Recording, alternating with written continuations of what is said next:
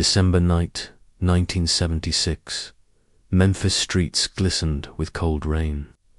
Elvis's white limo rolled past the arcade theater until he saw a boy, maybe 10, jacket thin as paper, shivering. Alone, Elvis tapped the glass, told his driver, "Stop here. Before we go on stories like this, remind us why Elvis wasn't just the king of rock and roll, but of people's hearts. Stick with me, because what happens next became Memphis legend." Rain slapped the pavement in silver, sheets pooling in the cracked gutters of Beale Street. Inside the long white stretch limo, the smell of leather and faint aftershave filled the warm air. Elvis sat quiet, still in his rehearsal clothes, a black shirt unbuttoned at the collar, gold crucifix resting against his chest. The driver, Al Strada, knew the route well, down past shuttered diners, then out, toward Graceland. Neon from the theater marquee bled red and yellow across the wet asphalt. You could hear the faint hum of its sign fighting the rain. That's when Elvis shifted forward, sunglasses still perched low on his nose despite the night. "Hold up," he said softly. Al slowed. There, under the marquee, a small figure hunched a boy. The rain clung to him like ice. His breath showed in short, ragged bursts. Jeans torn at one knee. A pair of sneakers so soaked they made no sound when he shifted. Elvis leaned toward the glass, peering past the beads of rain on the window. "What's he doing out here this late?" he muttered. Al didn't answer. The boy looked barely 10. The limo's brake lights painted the rain in deep red as Elvis reached for the door handle. A hiss of cold air rushed in as it opened. Boots splashed in a shallow puddle. The sound was sharp against the muffled hum of the city. According to Al's later account, Elvis didn't hesitate. He started toward the boy, hands tucked in his coat pockets, head bowed slightly against the rain. The boy's eyes widened. He took one step back, half turned, as if ready to bolt. For a moment, neither spoke. The rain seemed louder. Elvis stopped just a few feet away. The boy's breath trembled in the cold air. Elvis tilted his head, voice low enough to barely carry over the rain. "Hey son, would the boy stay or run?" The boy's shoulders tightened, as if bracing for trouble. Rain traced down his pale cheeks, mixing with the shine of streetlight. Elvis stood still, letting the moment breathe. The patter of rain on the theater's tin awning filled the silence. Somewhere down the block, a car horn blared, distant and faint. "Hey, son, you okay?" Elvis's voice was low, warm, carrying no hurry, no edge. The boy swallowed hard before answering. "Name's Danny." His words were clipped, like each one cost him. He said he'd been sleeping near the theater for 3 nights. He didn't mention why at first, just clutched tighter to the bent piece of cardboard in his hands. "Need work for food," it read in thick black marker.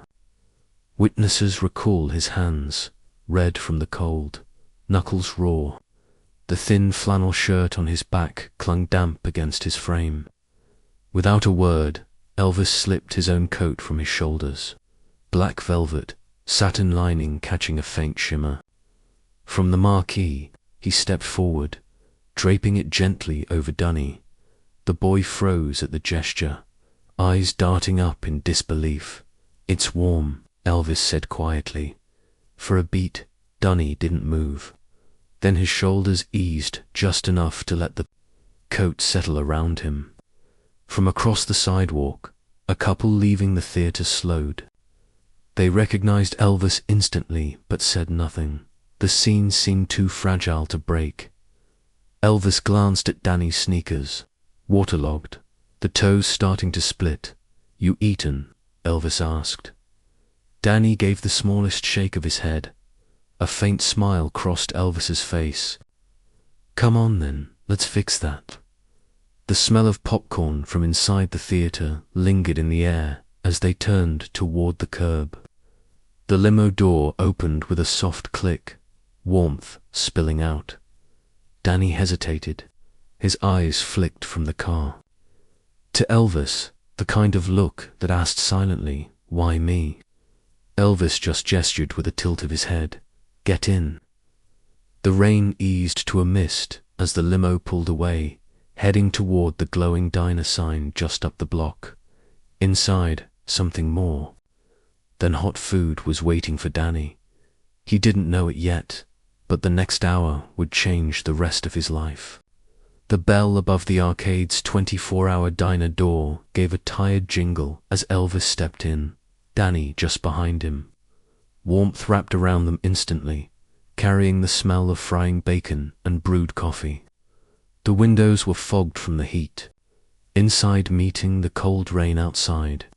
Condensation traced slow rivers down the glass, blurring the neon lights from the street. The hiss of the flat-top grill was constant, like a steady rain of its own. A waitress named Ruby, hair pinned high, pencil tucked behind her ear, froze for just a second when she recognized the man in black velvet. Elvis gave a small nod. Casual, as if they were old friends. Ruby still tells this story to anyone who will listen. She swears Elvis took the booth in the back, his seat to the wall, one arm draped over the top like he'd been there 100 times. Without glancing at the menu, he ordered for them both 2 bowls of chili, cornbread on the side, and hot chocolate, extra cream. Danny slid into the seat across from him, still wrapped in the oversized coat.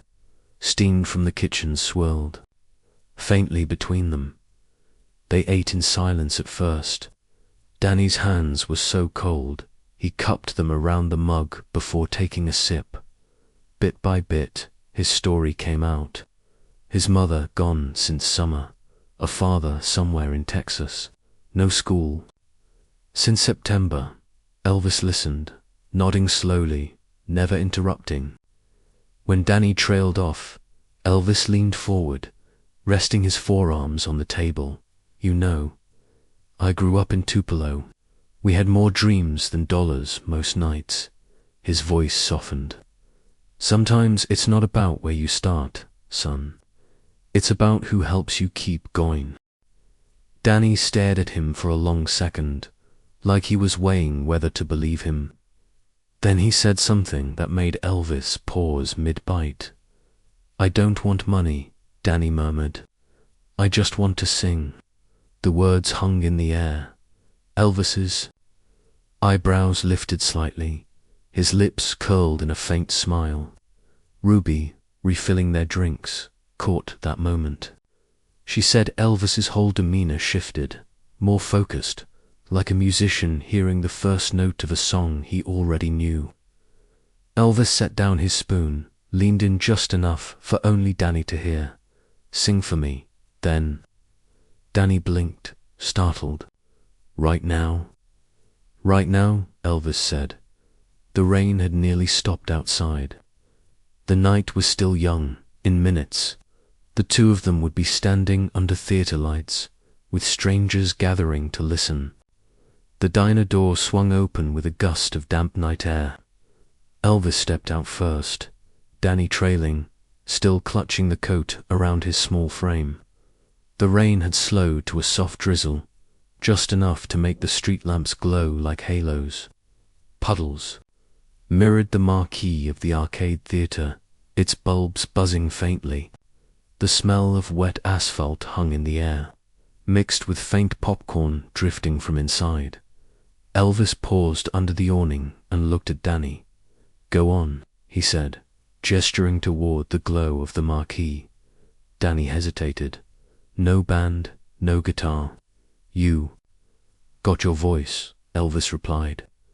Danny stepped forward, stopping just under the golden light. He drew a shaky breath, glanced at Elvis once, and began Blue Christmas. His voice trembled at the edges, thin against the sound of light rain. The first few notes wavered, almost lost in the night.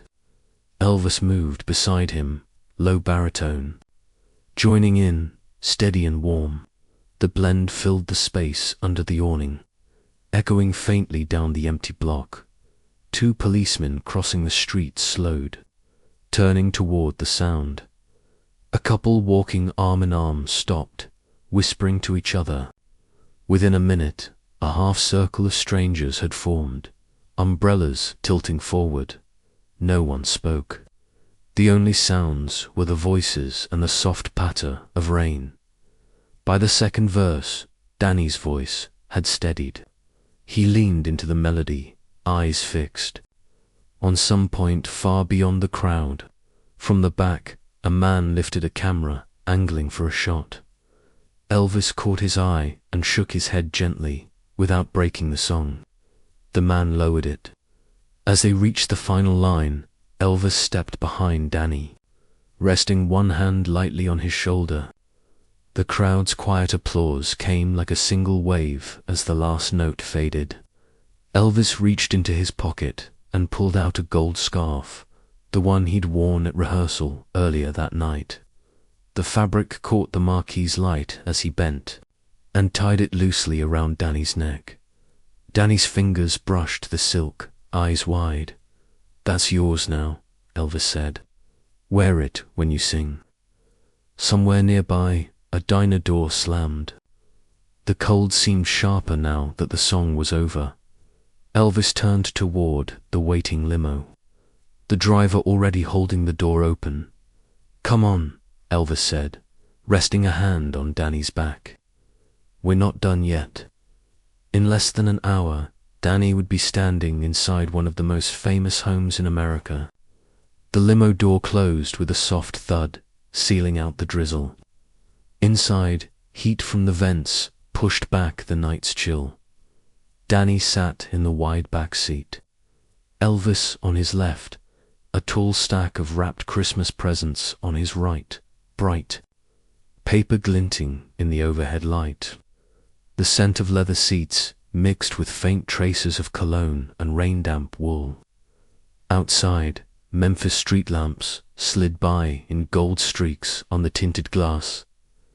"You ever been to Graceland?" Elvis asked casually. Danny shook his head. "No, sir." Elvis smiled. "Well, tonight you will." According to Alstrada, the driver, Elvis leaned back then, hands folded loosely in his lap, but kept glancing at Danny, like he was making sure the boy was warm enough. As they crossed the bridge over the dark curve of the Mississippi, Elvis tapped along to a quiet gospel track playing through the speakers. Danny's gaze stayed glued to the passing lights. When the limo turned onto the long drive, the mansion came into view, glowing like something out of a Christmas card. White reindeer dotted the front lawn, each haloed by small spotlights. Danny's breath caught. "It's huge." Elvis chuckled softly. "It's home." The car stopped at the side entrance. Mary Jenkins, Graceland's longtime cook, stood in the open doorway with a towel over her shoulder. She ushered them in, shaking her head with a smile when she saw Danny in the kitchen. The warmth was almost overwhelming, the smell of fried bacon lingering from earlier, mingling with something sweet from the oven. Mary set to work immediately, pulling out bread, bananas, and peanut butter. Elvis winked at Danny. "You haven't lived until you've had one of these." Minutes later, they were sitting at the kitchen island, biting into the hot, gooey sandwiches. Danny took big bites, barely stopping to breathe. After eating, Elvis led him down a short hallway and into the music room. Gold records lined the walls. A black Gibson acoustic rested on a stand near the piano. "Go ahead," Elvis said. Danny hesitated before strumming a few uneven chords. The sound filled the room, warm and soft. Elvis's eyes crinkled at the corners. You've got a voice, son, and now you've got to start. Later, upstairs, the guest room was dimly lit by a small lamp. Clean sheets, thick blankets, the faint scent of fresh laundry. Danny slid under the covers, the gold scarf still around his neck, just before he drifted off. Elvis's voice came from the doorway. Don't let the cold take it from you. The smell of frying bacon pulled Danny from sleep before the light did. He blinked at the soft lamplight spilling across the guest room. The blankets were heavy, warm. Outside the window, frost edged the corners of the glass. From somewhere down the hall came the faint crackle of a record, a gospel choir's voices rising and falling. Danny sat up, the gold scarf still around his neck. His feet touched the thick carpet, a stark change from the cold pavement he'd slept on the night before. He followed the smell into the kitchen. Elvis was already there, sitting at the small corner table, a mug of coffee in one hand, a stack of opened letters in front of him. "Mornin', son," Elvis said, without looking up from the envelope he was opening.